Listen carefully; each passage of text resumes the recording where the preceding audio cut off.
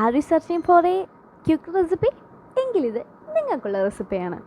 ഇതിന് വേണ്ടിയിട്ട് വീട്ടിൽ ഏത്തപ്പഴം വേണമെന്ന് മാത്രമേ ഉള്ളൂ. ഏത്തപ്പഴം ചെറിയതായിട്ട് അരിഞ്ഞ് ഇതുപോലെ നമുക്കൊരു നോൺ സ്റ്റിക്ക് പാത്രത്തിൽ വെച്ച് വാട്ടിയെടുക്കാം. നോൺ സ്റ്റിക്ക് പാത്രം ആയതുകൊണ്ട് തന്നെ ഇതിൻ്റെ അകത്ത് നെയ്യോ എണ്ണയോ ഒന്നും ആവശ്യമില്ല. ഇത് നല്ലപോലെ ഒന്ന് വാട്ടിയെടുത്ത് കഴിഞ്ഞിട്ട് നേരെ നമുക്ക് വേറൊരു പാത്രത്തിലേക്ക് മാറ്റി വെച്ച് അതേ പാത്രത്തിൽ തന്നെ ഒരല്പം വെള്ളം ഒഴിച്ചിട്ട് അതിലേക്ക് നമുക്ക് മധുരത്തിന് ആവശ്യമായ പഞ്ചസാര ഇട്ട് കൊടുക്കാം. ഇപ്പോൾ നല്ല പഴുത്ത പഴമാണെങ്കിൽ അതനുസരിച്ച് നമുക്ക് പഞ്ചസാര കുറച്ചിടാം. തീ ഒരു മീഡിയം ഫ്ലെയിമിൽ വെച്ചിട്ട് നമുക്ക് നമ്മുടെ പഞ്ചസാര ഈ ഒരു വിധത്തിൽ ഉരുക്കിയെടുക്കാം.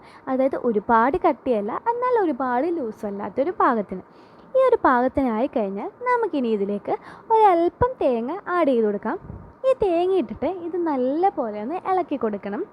ഇളക്കി അതിൻ്റെ ഒരു പച്ചമണം മാറുന്ന ആ ഒരു സമയം വരെ മതി കേട്ടോ.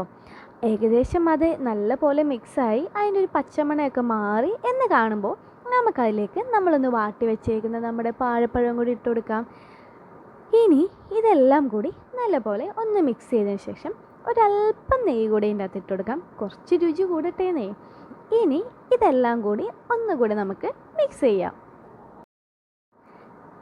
നമുക്ക് ഇനി ഇത് നല്ല പോലെ ഒന്ന് മിക്സാക്കി എടുക്കാം.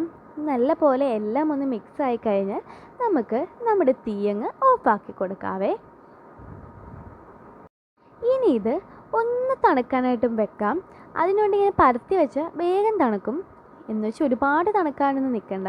ഇനി ഇതുപോലെ ചെറിയൊരു എമൗണ്ട് എടുക്കുക. എന്നിട്ട് അത് നല്ല പോലെ കയ്യിലിട്ടൊരു ലഡു പരുവത്തിന് ഉരുട്ടി നമുക്കെടുക്കാം. അങ്ങനെ നമ്മുടെ അതിസ്വാദിഷ്ടമായ ബനാന വെച്ചിട്ടുള്ളൊരു ഈസി റെസിപ്പി റെഡിയായി. നല്ല ടേസ്റ്റാണ്. എല്ലാവരും ഒന്ന് ട്രൈ ചെയ്ത് നോക്കാം.